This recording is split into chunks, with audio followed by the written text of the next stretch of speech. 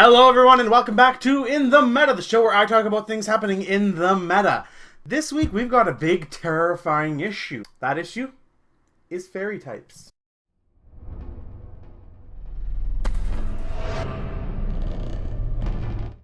Like I said, guys, we're going to be talking about the terrifying fairy types this week.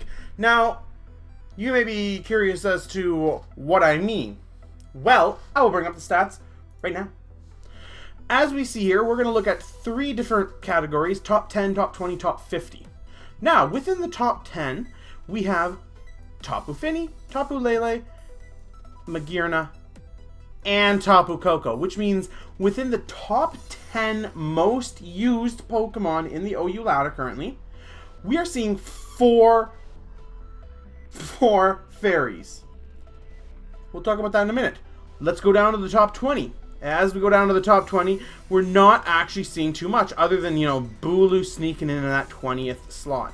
Now, as we go top 50 and we scroll down here, we see Fringe play on Mimikyu at 5%. We see Clefable getting in at about 5%. And that's about it, unless I'm missing something. And if I am, guys, I'm sorry. But the whole point here is that within the top 10%, we are seeing four huge fairies being used. Now, why is that? Well, there are a few reasons. Right now, we are in a fairy abundant meta. Now, fairies were introduced in Generation 6, and at the time, there were a couple of very good fairies. You had Florges, you had Mega Deontay, you had a few, and a lot of them actually did get developed later on. Clefable, but even Clefable now is really way down compared to where it was. You had a Azumarill, you had Mons that fairies were good, but they were, I'll bring a fairy, and it wasn't even on every team that you saw a fairy. Now, coming into Generation 7, we got a lot of powerful fairies. All four Tapus being within the top 20, with three of them being in the top 10, as well as Magearna. These are huge, hard-hitting Mons. And we'll talk a little bit more about them in a few minutes here, but really what we're seeing on the ladder right now, and the stats, as I bring them up again here, do support it, is that you're seeing a lot of these Mons on every team. 30% of the time you are going to see Tapu Fini. About 23% of the time you are going to see Lele. Now, from my own experience and watching battles and being in battles and everything, you're usually not just seeing one fairy on a team anymore. You're usually seeing two. And that is kind of scary. And I'll say that because, like I said, in Generation 6, there was a lot of variety on the OU ladder. You had a lot of different Mons coming, and you had them coming at different percentages. So you never really knew, oh, hey, am I going to face, a Clefable? Am I going to face a Azumarill? Am I not going to face a fairy at all?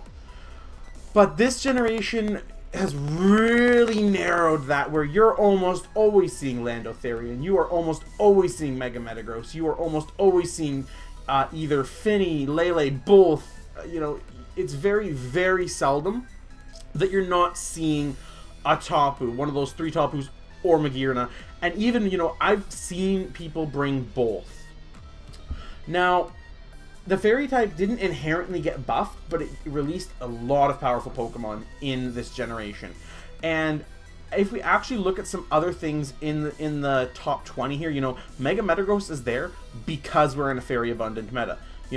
I'm really surprised Garchomp is as high as it is because we have things like Lando, also times 4 weak to ice, and Garchomp doesn't really take any fairy hit very well, so that's kind of surprising. And I think once we get the new stats, that will have gone down quite a bit. Excadrill, good Pokemon, but it's really there because it kind of walls out most of the Tapus, and you can easily run Scarf, Heatran, Ferrothorn, Celestelia, even Skarmory. You have a lot of steel types in this top 20, and it's mainly because we have a fairy abundant meta. And that's one of the ways they're trying to answer it.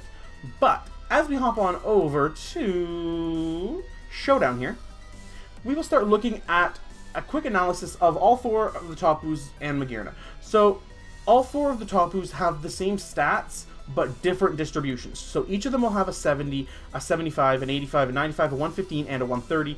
However, they will be distributed into different stats. So as you can see here, Tapu Fini is a very defensive Tapu, and Misty Surge halves dragon moves and prevents status on grounded Pokemon, non-volatile status. And that's pretty big because that also means that status conditions are no longer really viable. You're not going to see Toxic Stall as often. Now, we're still seeing Stall, but it's nowhere near as often because of Fini's impact. And that's one of the main reasons you have Fini as one of the top 5 Mons. As we look at its its moves rather, you know, again, it gets very good moves. It gets D-Gleam, it gets grass coverage, ice coverage, water coverage, ghost coverage. You have a lot of options here on Tapu Fini that make it a very, very solid wall. Tapu Lele is the next one we're going to look at, and its Psychic Terrain ups Psychic moves by 50% and prevents priority. So already a lot of the megas, like Mega Scizor, they're not in here because they can't really deal with this thing anymore. You know, as we look at its stats, its 130 is in special attack, and that really means that this thing could run HP Fire for those Mons that really want to counter it, you know, like Mega Scizor and like Ferrothorn. So I think that's why we're seeing a lot more reliance on Mega Metagross this season so far, because it really does wall this thing out. The best this thing does is hit it with like a Shadow Ball, and it doesn't kill it, and then it dies in return. Looking at its moves here, you know, again, it's very similar. We get grass coverage, we get fairy coverage, we get fighting coverage, we get Nature's Madness. Now that's okay, we talked about that in our spotlights, but we also get some electric coverage, and we do lose our regular ice coverage, but, you know, Lele is a very good special hitter, and that's what you usually want to use it for. Then you have Koko, the 10th most used, and its Electric Surge prevents sleep for grounded Pokemon and ups electric attacks by 50%. Looking at its stats, it's probably the most awkward of those first 3, just because its 130 is in speed, and that makes it very fast. You know, it's one of the fastest Mons in the format. I think it's only outsped by Pheromosa and, like, Ash Greninja, but Ash Greninja can't really kill this thing, whereas this thing just OHKOs it in return. And then its 115 is an attack, but it wants to be special just in terms of, you know, yeah, it gets Brave Bird, but it's, you know, it doesn't get a physical fairy move. And, you know, it doesn't really get, it gets like Wild Charge, but why would you run that over like Thunderbolt or Volt Switch? It gets U-Turn, which is nice, which makes this thing a nice pivot Pokemon. And that's kind of how you're seeing it on the ladder. The last Tapu we're going to talk about here is the 20th, which is Bulu.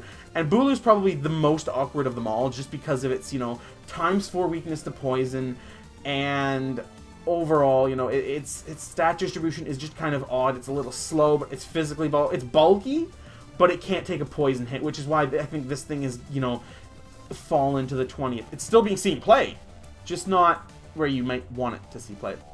Its Grassy Surge recovers health, I believe, like 1/16 or at the end of each turn for all grounded Pokemon, and ups grass moves by 50%.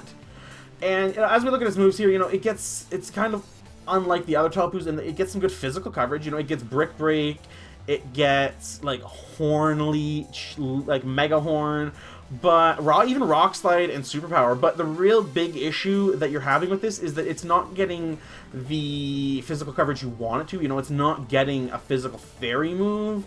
It's not getting like a physical, you know, it's not getting Leech Life. It's not getting the physical moves you would need it to get for it to put in the work that you want it to. And then the last one here we're going to talk about really quick is Magearna. And Magearna is Soul Heart's ability, which is a special variant of Moxie, which increases its special attack by 1 whenever it OHKOs, or whenever it kills a Pokemon. It doesn't OHKO. We have Fleur Cannon as its special ability, or special move, rather, which is a Fairy-type Draco Meteor. Pretty big, because that means that this thing is doing some massive damage. Looking at its stats really fast, you know, we got very bulky. Its only low stat is speed, and you get Shift Gear, which can take care of that issue here. You know, this thing has the stats to put in some work, and the Steel Fairy typing is nothing to sleep on. Having only a weakness to fire and ground means that this thing's putting in some work. Anyway, guys, I've been Vampire Tweety, and let me know what you guys think about fairy types in the current meta? Do you think they're too strong? Do you have a solution? Because the only solution we've seen is bring Mega Metagross. So let me know in the comment section down below what you think of fairy types in the current meta, and I will see you guys next time. Bye!